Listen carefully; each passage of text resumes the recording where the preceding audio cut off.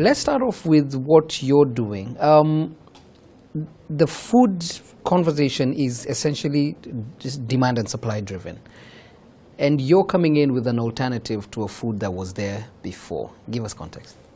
Just to first say, the International Potato Center has the global mandate for research on potato, commonly known in Africa as Irish potato, right, and also on sweet potato. Right. Our headquarters is in Peru, in Lima, in Latin America. We have the Directorate for Africa based in Nairobi, where I'm located. Right. And we work with national program, with government institution, research institution in countries that grew this crop and that are interested in promoting the value chain of these two crops.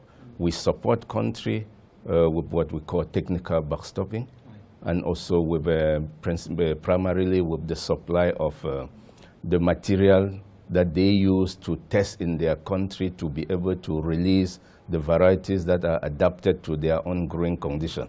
And those varieties, to say they are adapted and preferred by consumer, they have to be grown in the country, and they have to be tested by the farmers in the country, by the consumers in the country, by the processor in the country, those who want to make processed product. And based on the result of all these tests, with our technical support, each country then release or then select what they feel is good for the consumers in the country and for the farmers. And we are present in 10 countries in Africa with offices and staff on the ground. Ghana is one of those 10 countries. Right. In regards to how far the chain goes, so you handle even pre-seed in terms of speaking to the farmers when they're farming, research stage, so well along the value chain. Where have you experienced the most strain? As you know, before, when we used to talk of food security, we were initially only concentrating on production, right, production to fill the stomach.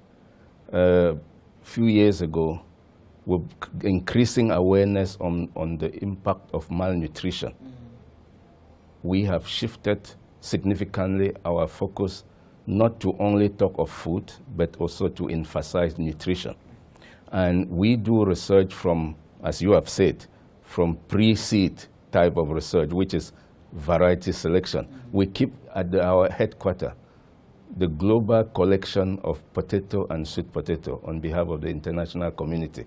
We have more than 8,000 different type of potential variety of potato, and also the same number for sweet potato in what we call gene bank in Peru.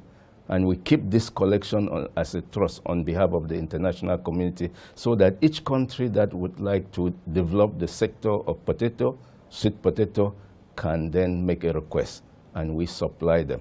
And the research starts from looking at which variety among the material we will introduce into a country, which one will be more adapted in terms of high yielding, in terms of the preferred taste, in terms of the characteristic for processing into different type of produce, cooked produce, processed produce into different form. You use all this to be able to determine which one will be released in the country. And now coming to your question on where is the bottleneck, the big bottleneck, right, along the value chain from research, variety research, seed production, growing the crop by farmers, storing it until the time it is on the table. We have identified one of the major bottlenecks being quality planting material shortage.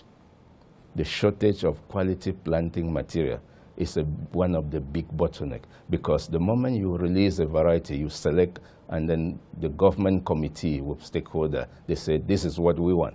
Then farmer will start asking for the planting material of those varieties that have been released. Planting material being the major bottleneck, especially on root and tuber crops. Right.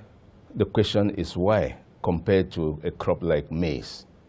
If you plant 1 grain of maize, you will harvest 1 cup of maize, which has up to about 300 grains. So you can multiply 1 grain to get 300 grains. When you plant sweet potato or potato, you will not harvest that large number of seed. You can multiply potato by up to 10 on average, from 1 to 10. Yeah. Sweet potato, we are talking of vines. The number of vines that you can harvest from per plant is also very limited. Right. So this is one of the most, the characteristics that make it not as fast as other crops like cereal to bulk the seed, to multiply fast. That has been one of the major bottlenecks. The second major constraint is the fact that being vegetatively propagated, meaning that you plant a vine, you get a plant, you cut the vine for the next planting. If that plant that you have planted is sick, has disease, then the planting material you cut from that plant will also be diseased. Right. So the possibility to transmit diseases from generation to generation is very high compared to the grain. So that means you need to pay more attention when it comes to production of planting material for a crop like sweet potato, potato, cassava, more than when you are dealing with grains, because of the nature of the crop and the possibility to transmit diseases. With all this bottleneck, you will see that if farmers are not trained, if the extension service is not there to train the farmer to even know that these crops have diseases, and that as we are multiplying, we have to take all the precautions required to prevent contamination. They may not know. And then what will happen? A crop that is a seed that is sick will not produce higher yield. Why? Because it is sick. I always take the case of a child who has malaria. You send a child in school, or typhoid. You are in school. You feel that you are not comfortable. Can you be productive in that condition? Your productivity will go down almost to zero. I always use this to illustrate what plants also go through. You can't expect a sick plant or a seed that is diseased to give you high yield when it is in pain, suffering from diseases. So I say this to emphasize the need to have in place in each country a system that will give conditions that can permit production of clean or quality, what we call quality planting material. The seed part. We're talking more past policy, because policy has been allowed, right? Or how would we now tie the two? Because we're trying to see how governments can also take a role. Correct. Now, when I describe the technical part, then you will see that policy is needed to make this system be put in place. Right. Why? Because for you to declare a seed to be of good quality, you have to inspect the crop. To inspect the crop, you must be able to have some standard against which you'll be able to say, I've inspected the crop, I've counted the number of disease plants, I've seen that the number of disease plants in this farm is below the threshold that allowed this farm to be declared seed. To have those standards in place, and when I talk standard, we're already talking government, regulation. Who is going to facilitate the putting in place of the standard? Government has to come in. So the technical people have to develop these standards, and they have to work with the policymaker to be able to, if it does not exist already in a country, we will work together with government to be able to modify the Seed Act, the seed law, to be able to make those standards part of the seed law. And that's where you see the policy part coming in, because if that aspect is not there, then we will continue dealing with informal, what we call the informal planting material production, where nobody is controlling the quality. People who don't even know the quality, they will just be planting anything and will be complaining that our productivity is low. Right. So that's where you see that's one element of policy. Now, assuming we have in place the seed production system in place that produces good seed, farmers will get good seed, certified seed or quality declared seed. They will produce the potato or the sweet potato. In our case this day, we talk a lot about orange flesh sweet potato, which is rich in vitamin A to fight malnutrition, especially vitamin A deficiency. They will then produce, and when they produce, they will have to consume. We also deal with training farmers on how to produce. We don't do it ourselves. We work in partnership with the Extension Service, with NGOs, with private sector. All what I'm describing, we have the knowledge, we have the capacity to train others to do it. Because you can't scale it when you are one organization. And that's the beauty of this conference, I mean, this forum. This forum brings people from public, private, from NGOs, from donors, from all angles, and we are talking value chain here. And you have to be able to work in partnership with others to make all this happen. You asked to know whether we work along the entire value chain. If you don't develop linkages with the market, farmers will produce what they can eat at household level. And when you will be promoting very high yielding variety, sometimes they may say, okay, you want me to grow this. To grow what you are saying, I have to buy the seed. To buy the seed, I need money. So I need to invest. Can you tell me where we sell the excess? Yes, it is primarily for home consumption. But when I get excess, where do I sell the excess? So those questions start coming up, and they are very genuine questions, because a farmer would prefer to, in some circumstances where market concerns are not addressed, to recycle their planting material. Because vegetatively propagated crop, you can easily keep your part of it to plant. You may not even know it is disease. Even if sometimes you know it is disease, you may be reluctant, because to spend money, you must be sure that you will get back that money.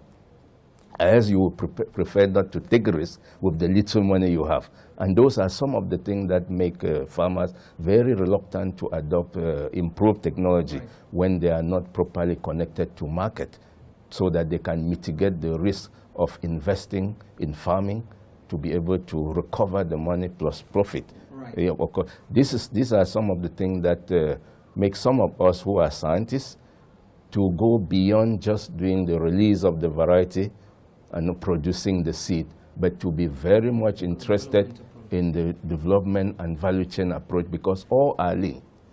One aspect of the value chain that is not working will jeopardize the whole work that is done on variety selection, on seed production. So the value chain approach is important. I would like to also emphasize the nutrition aspect that we have just mentioned.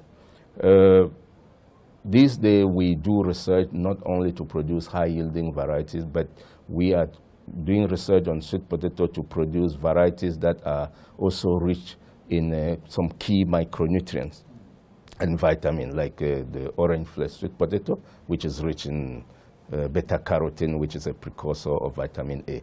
Many people don't know that you need just about 125 grams of orange flesh sweet potato boiled, fed to an under 5-year-old child to meet the daily requirement of vitamin A. Okay. You don't need to go to pharmacy. If you have your own farm of orange flesh sweet potato, you feed your under 5 child with that. You prevent blindness, you prevent stunting, and as many people may know or may not know, if by the age of 5 an under 5 child is deficient in some of these micronutrients and vitamins, they will be affected the whole of their life. The cognitive ability is one of the aspects that has been documented. A child will not be able to, even when you grow up, you will not be able to, you will forget a lot, I'm told by nutritionists. So these days, even the effect of malnutrition on development has been quantified. And that's why you are seeing a lot of emphasis on nutrition. We will soon be, we are in the last phase of research to release, to test other varieties that will be rich in other nutrients, not just vitamin A. You will start seeing sweet potato with different color, even purple, because we are, we are interested in solving problems like iron, zinc, antioxidant, and Irish potato, where we are doing research. We are also about to conclude research on varieties which are richer in iron and zinc. When the research is concluded, we will not be eating potato and sweet potato just for the calorie, but for nutrition also. And so and the private sector role is crucial, because without private sector, you will not talk of sustainability. Private sector and government, because government has the big capacity to provoke the development of each of these subsectors through enabling environment, creating enabling environment in which private sector can then take it up as business, and when they make profit, the value chain will stand on its own. Fair. Thank you so much. I really appreciate that. Thank you. Thank you.